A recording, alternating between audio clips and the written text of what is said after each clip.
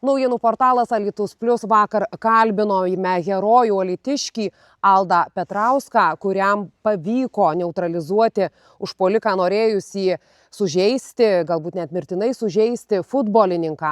Na ir naujienų portalo Alytus Plius pavyko sužinoti ir antrąjį vyriškį, kuris taip pat labai svariai prisidėjo gelbėjant futbolininką. Na ir mes esame pas Arną Krasnicką. Arnai, esi pats Juozo Tallat Kelpšos konservatorijos moksleivis.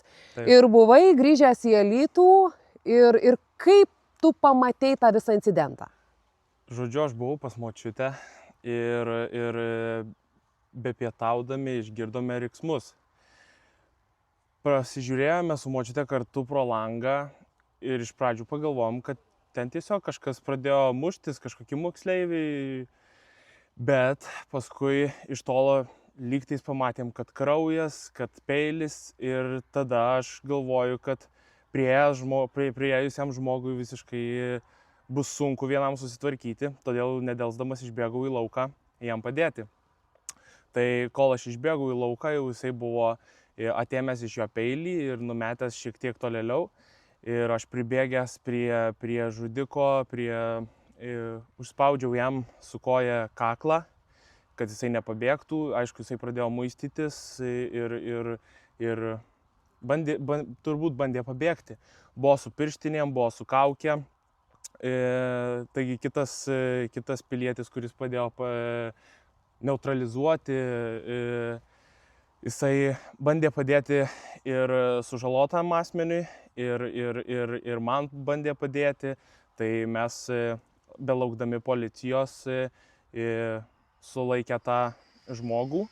Priėjo dar keletą žmonių su tvarsčiais, padėjo sutvarstyti žaizdas ir taip toliau, kol laukė medikų ir policijos. Jūs kaip jaunas žmogus, muzikantas, grupės Sutyla narys, jūs rizikavot? Na, rizikavau, bet o kas jeigu būtų man taip atsitikę?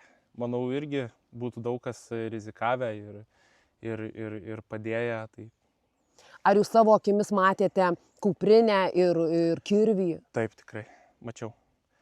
Kirvis buvo išimtas, kai buvo jau uždėti antrankiai žmogui, buvo kirvis išimtas iš kuprinės ir su kirviu jisai turbūt nespėjo pasinaudoti, užteko peilio.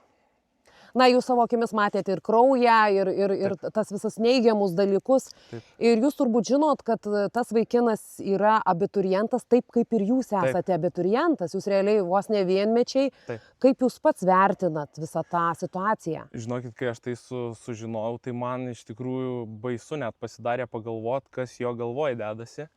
Iš tikrųjų tai nėra suvokiama. Ar jūs matėte jo akis? Taip, tikrai mačiau, jo akys buvo raudonos. Maniau, kad jis apsvaigęs, nors kai paklausėme jo, dabar tiksliai nepasakysiu, ar aš paklausiau, ar kitas asmuo, paklausėm, ar jisai apsvaigęs, jisai pasakė, kad ne, visiškai nevartojęs. Tai nežinom, kaip ten iš tikrųjų buvo, bet... Na, šiandien jau patvirtinta, kad jis dalyvavo pirmose 2 pamokose gimnazijoje, tuomet grįžo namo ir susikrovęs kuprinę kažkur ėjo.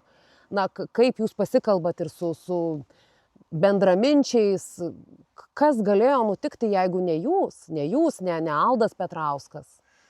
Na, aš manau, kad tai buvo tiesiog pasikėsinimas į gyvybę, nužudyti žmogų.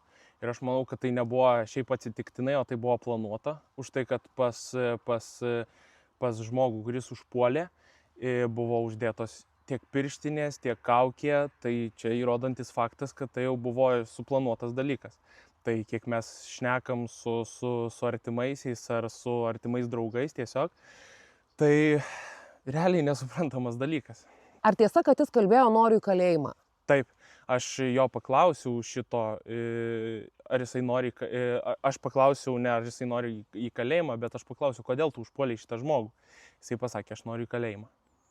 Ir viskas. Kitos priežasties nebuvo, tiesiog nori į kalėjimą ir viskas. Arnai, sakykit, vis tiek jūs buvot pas močiutę, pietavot, sugalvojot pilietiškai pasielgti, bėgot iš 4. aukšto, skubėjot, rizikavot. Ar turit šeimoje kažkokį pavyzdį, ar jūs taip auklėjo tėvai, na tiesiog iš kur tokia drąsa ir pilietiškumas? Na jau manau, kad čia tiesiog nieko nebegalvodamas, manau, bet koks vyriškis išbėgtų padėti, už tai, kad sukyla adrenalinas ir tiesiog taip įvyksta.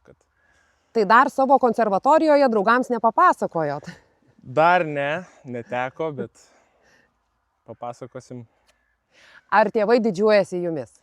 Taip, tėvai didžiuojasi ir tėvai, ir draugai, ir močiutė visi. Taip. Tai ačiū Jums už drąsą, Arnai.